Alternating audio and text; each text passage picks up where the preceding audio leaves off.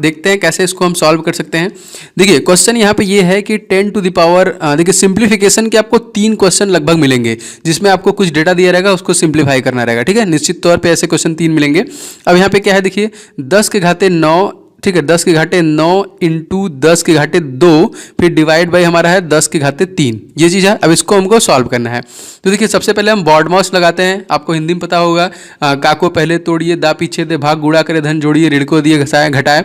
मतलब पहले हमको भाग करना है तभी गुणा करना है। ऐसा नहीं है कि हम 9 के पावर ये है तो हम पहले जोड़ देंगे 9 2 11 फिर 3 माइनस कर देंगे, ऐसा नहीं है। सबसे पहले आपको देखिए 10 to the power 2 divide by 10 to the power 3 को सॉल्व करना पड़ेगा। तो ये पावर जब इसमें भाग देंगे हम पावर का, तो यहाँ पे -1 हो जाएगा, क्योंकि देखिए 2 - 3 हो जाएगा। जैसा मैंने आपको इसके पहले कई बार बता रखा है कि जब भी पावर का गुणा होता है, ठीक है, जब पावर मतलब दोनों जब ऑब्जेक्ट से, मान लीजिए ये है, जब पावर पावर में गुणा होगा तो ऊपर की घात वो जुड़ जाती है। मतलब ये क्या हो जाएगा 10 के घाते 6। अगर पावर पावर में मान लीजिए 4 है, नीचे हमारा 3 है, पावर पावर में भाग होता है तो वो घट जाता है। मतलब क्या हो जाएगा, ये घट जाएगा 4 - 3 मतलब 1, 10 के पावर में 1 बचेगा। तो वही सिंपल चीज़ें यहाँ पे हैं। सिंपली देखिए यहाँ पे 10 के घाते 9 था इंटू हमारा 10 टू द पावर 10 घाते 2 डिवाइड बाय 10 घाते 3। अब ये जाएगा -1 हो जाएगा, तो हो जाएगा 10 घाते 9 इंटू 10 घाते -1, मतलब हमारा 10 टू द पावर 9 -1, और हमारा राइट आंसर आ जाएगा यहाँ पे 10 के घाते 8, जो कि हमारा सही आंसर होगा। तो देखिए ऑप्शन में भी हमको दिया है 10 के घाते 8, तो देखिए ये है हमारा ऑप्शन नंबर पहला। तो गाइस देखिए इसी टाइप के सारे क्वेश्चन, जितने भी टाइप क्वेश्चन बनेंगे सबके सब मैं आपको डिस्कस करूंगा, आप बने रहे हमारे साथ।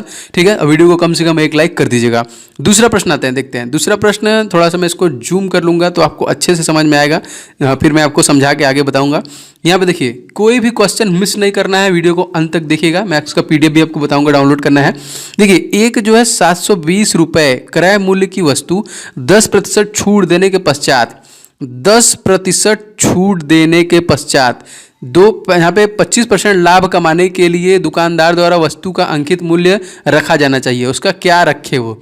सबसे बड़ी बात कि वो 10% छूट देने के बाद उसकी वैल्यू निकाल रहा है 720 रुपये, लेकिन अब वो कह रहा है कि उसको इस पर 25% लाभ भी चाहिए। तो क्या ऐसा मूल्य रखे जिसमें उसको 25% का लाभ भी मिले?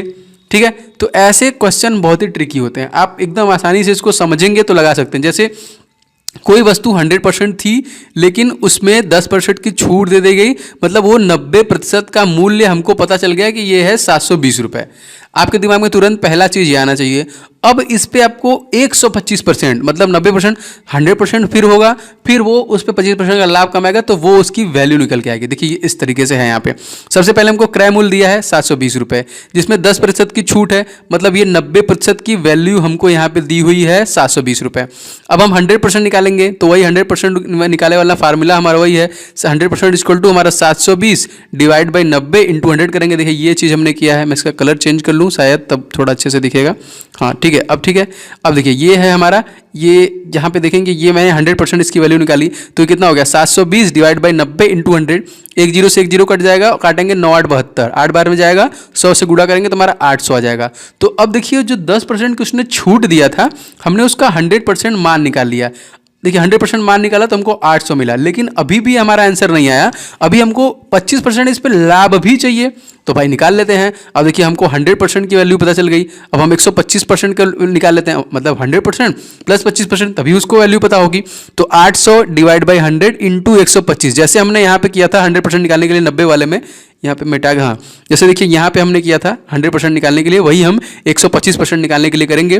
तो 800 डिवाइड बाई 100 इंटू 125 हो जाएगा, डबल जीरो कट जाएगा, 8 का गुणा करेंगे हम 125 में, तो 8 पंजे 40 की सुनना, हाथ में लगा 4 कैरी, फिर 8 दूनी की 16 4 20, हमारे पास 2 कैरी बचा, फिर 0 हुआ, और 8 1 कम 8 2 10।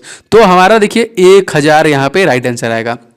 मतलब ये हुआ कि वो दुकानदार अगर 1000 रुपये उसका अंकित मूल्य रखेगा तब उसको यहाँ पे 25% का लाभ होगा। तो यहाँ पे देखिए हमारा सही आंसर क्या होगा, हमारा ऑप्शन नंबर देखिए यहाँ पे सही हो गया, ऑप्शन नंबर डी। समझ में आ गया आपको इजीली? देखिए ठीक है, तो इसी तरह सभी टाइप के क्वेश्चंस आपको मिलेंगे। अब आते हैं देखिए नाव और धारा के क्वेश्चंस। ये भी क्वेश्चन आपको पूछता है इस तरीके का। ठीक है, तो देखिए ये क्या है क्वेश्चन, पहले हम लोग एक बार फिर से समझेंगे। ये देखिए यहाँ पे एल नहीं है, ये किलोमीटर है। ठीक है, ये केएम लिखा हुआ है। देखिए एक नाव की स्थिर पानी में चाल 15 किलोमीटर प्रति घंटा है। इस पानी अभी भी स्थिर है। ठीक है, पानी की धारा की चाल जो है वो 3 किलोमीटर प्रति घंटा है। अब देखिए आप लोग बोलेंगे कि सर ये हम कैसे सीखें, मतलब हमको तो ये आइडिया नहीं है कि कैसे इसको लगाते हैं। तो आप चैनल के प्लेलिस्ट में जाओ, अभी के अभी जाओ, प्लेलिस्ट में जाओ, वहाँ पे मैंने मैथ पूरा टॉपिक वाइज खत्म किया है। बहुत ज़्यादा नहीं, आपको 3-4 लेसन में सभी वीडियो कवर कर दिए हैं। मतलब टाइम एंड वर्क देखेंगे 4 आपको वीडियो मिल जाएंगे, स्पीड डिस्टेंस देखेंगे 4 वीडियो मिल जाएंगे, 4 वीडियो में पूरा टॉपिक खत्म। ठीक है, ये चीज़ है। तो प्लेलिस्ट में मैंने पूरा मैथ खत्म कर दिया है, इसलिए आपको टेंशन लेने की जरूरत नहीं है। इस चैनल पे सब कुछ आपको मिल जाएगा, तो वहाँ पे जाके देखो। और नाव और धारा भी वहाँ पे खत्म है, उसको आप एक बार देख लोगे तो बहुत सारा कॉन्सेप्ट आपका क्लियर हो जाएगा।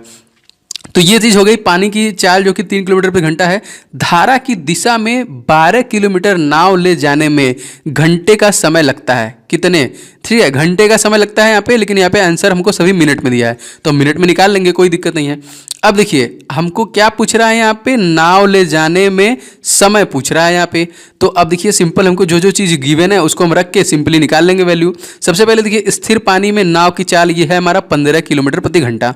पानी की धारा, तो देखिए यहाँ पे जो धारा की दिशा में नाव की चाल है, जैसा कि मैंने आपको बताया था कि कब ऐड होगा कब घटेगा, ठीक है, कब दोनों ऐड हो जाते हैं चाल और पानी की धारा, और जब कब हैं वो घट जाते हैं। तो उसी तरीके देखिए धारा की दिशा में नाव की चाल है, इसलिए ये जुड़ेगा, मतलब 15 + 3 किलोमीटर को हम लोग जोड़ देंगे तो ये 18 किलोमीटर प्रति घंटे की रफ्तार हमको मिल गई। इसकी चाल, हमको चाल यहाँ पे फाइंड हो गया। अब हम निकाल लेंगे, हमको सब कुछ मिल गया। देखिए हमको किलोमीटर दिया है, मतलब हमको दूरी दिया हुआ है, ठीक है, हमने चाल पता कर लिया। अब हमको समय निकालना है, तो ठीक है हम समय का फॉर्मूला लगा देंगे, समय बराबर दूरी बटा चाल। अब देखिए हमने दूरी निकाल लिया 12 किलोमीटर प्रति घंटा, चाल हमारा 18 किलोमीटर प्रति घंटा।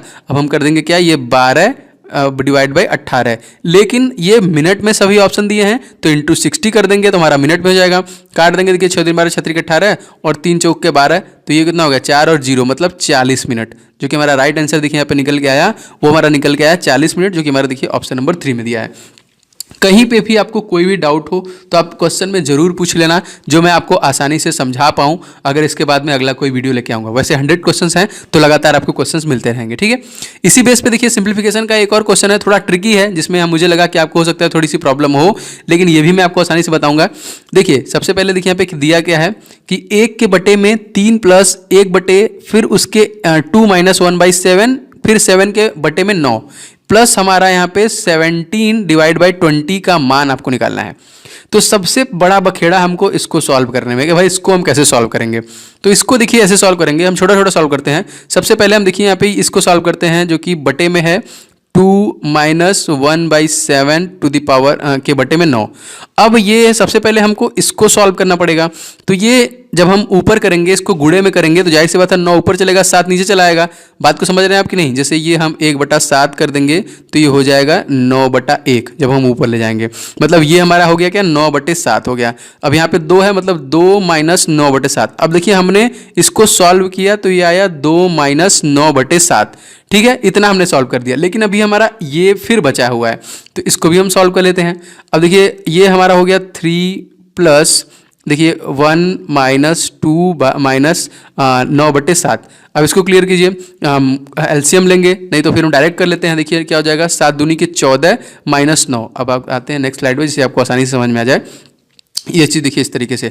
अब यहाँ पे हो गया 14 - 9 डिवाइड बाई 7, अभी भी हमारा प्लस 17/22 है यहाँ पे। अब इसको सॉल्व करेंगे, 14 में से 9 घटाएंगे, हमारा 5/7 हो जाएगा। 3 + 1/5/7 ये हो गया हमारा। अब ये 5/7 जैसे मेरा 9/7 गया था, इसी तरह ये भी ऊपर जाएगा तो उल्टा हो जाएगा, मतलब हो जाएगा 3 + 7/5। देखिए ये हो गया, ये है 1/3 + 5/7, ये भी क्लियर हो गया।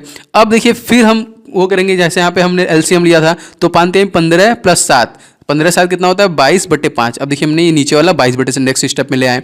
अगले स्टेप में आ जाएंगे हम, फिर ये ऊपर जाएगा तो ये उल्टा हो जाएगा, क्योंकि 1 के बटे में है, तो ये 5/22 प्लस हमारा 17/22। अब देखिए हम आखिरी पड़ाव में पहुंच गए, मतलब हमको क्या मिला लास्ट में 5/22 प्लस 17/22। अब हमको एलसीएम लेना है, तो इसका एलसीएम 22 ही होगा, सेम ही है, तो हम जोड़ देंगे 17 × 5 = 22। तो हमको क्या मिला 22 के बटा में 22। इसको जब हम काटेंगे तो हमारा एक आंसर आएगा, जो कि हमारा राइट आंसर होगा।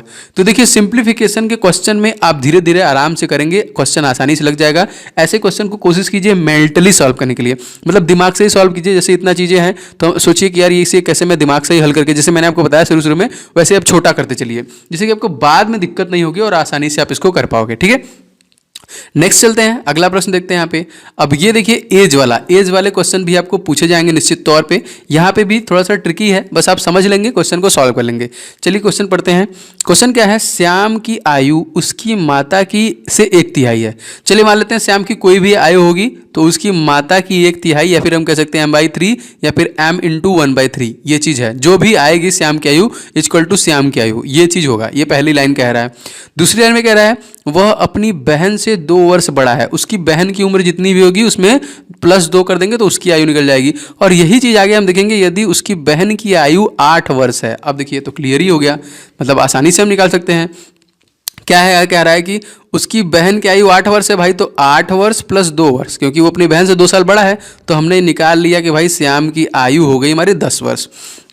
अब देखिए ये हमसे पूछ रहा था भाई क्या, तो उसकी माता की आयु बताइए। अब बताइए, ये इजी क्वेश्चन है, इतना आराम से निकाल लेंगे आप। अब देखिए क्या है यहाँ पे, वही m/3, मतलब उसकी माता का जो 1/3 होगा वही श्याम की आयु होगी। तो m/3 = श्याम की आयु हमने निकाल लिया 10 वर्ष। तिरिया गुणा करेंगे तो m = जाएगा 10 × 3, मतलब 30 वर्ष। तो हमने उसकी माता की आयु निकाल ली। उसकी माता की आयु जो निकल के आएगी वो होगी 30 वर्ष। तो गाइज आपको समझ में आ रहा है, आप आसानी से आ रहा है तो प्लीज़ आप वीडियो को लाइक जरूर कीजिएगा, शेयर कीजिएगा अपने दोस्तों में कि उन तक ये पहुँचे। और जो लोग भी नए होंगे सब्सक्राइब कर लीजिए।